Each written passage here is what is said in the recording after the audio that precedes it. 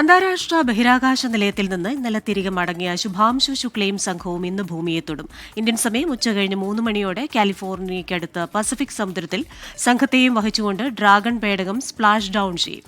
18 ദിവസത്തെ ദൌത്യം വിജയകരമായി പൂർത്തിയാക്കിയാണ് ആക്സിയം 4 സംഘം മടങ്ങിയെത്തുന്നത്.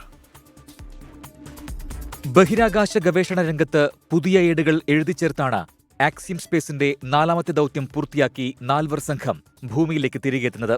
ഇന്ത്യൻ വ്യോമസേന ഗ്രൂപ്പ് ക്യാപ്റ്റൻ ശുഭാംശു ശുക്ല പൈലറ്റായുള്ള ദൌത്യത്തിന്റെ കമാൻഡർ പരിചയസമ്പന്നയായ പെഗി വിറ്റ്സനാണ്.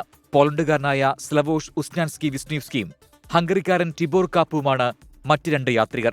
ഏറ്റവും കൂടുതൽ കാലം ബഹിരാകാശത്ത് കഴിഞ്ഞ വനിത എന്ന റെക്കോർഡിനുടമയാണ് പെഗി വിറ്റ്സനെങ്കിൽ മറ്റ് 3 യാത്രികരുടെയും ആദ്യ ബഹിരാകാശ യാത്രയാണ് പൂർത്തിയായത്. ബഹിരാകാശത്തെത്തിയ 2ാമത്തെ ഇന്ത്യക്കാരനും അന്താരാഷ്ട്ര ബഹിരാകാശ നിലയത്തിലെത്തിയ ആദ്യ ഇന്ത്യക്കാരനുമാണ് Shubhanshu Shukla.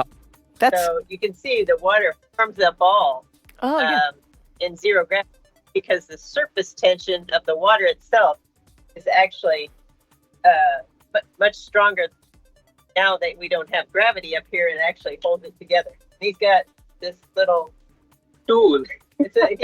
It's a water bubble moving tool. 31 രാജ്യങ്ങൾ നിർദ്ദേശിച്ച 60 പരീക്ഷണങ്ങളാണ് സംഘം ബഹിരാകാശ നിലയത്തിൽ നടത്തിയത്. പരീക്ഷണങ്ങളുടെ ഫലങ്ങൾ വിവിധ മേഖലകളിലെ ഗവേഷണ പ്രവർത്തനങ്ങൾക്ക് പുതിയ ദിശാസൂചിക സമ്മാനിക്കും.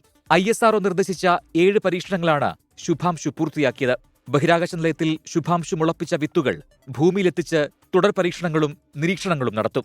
സയനോ ബാക്ടീരിയകൾ, മൂലകോശങ്ങൾ, സൂക്ഷ്മ ആൽഗകൾ എന്നിവയിൽ നടത്തിയ പരീക്ഷണങ്ങളും അതിപ്രധാനമാണ്. കാലിഫോർണിയക്കടുത്ത് പസഫിക് സമുദ്രത്തിൽ വൈകിട്ട് 3 മണിക്കാണ് ഡ്രാഗൺ പേടകം സ്പ്ലാഷ് ഡൌൺ ചെയ്യുക.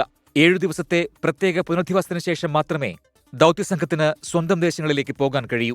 തിരികെ നാട്ടിലെത്തുമ്പോൾ ശുഭാംശുവിന് വൻ വരവേൽപ്പ് നൽകാൻ ഒരുങ്ങുകയാണ് രാജ്യം. Science desk 24.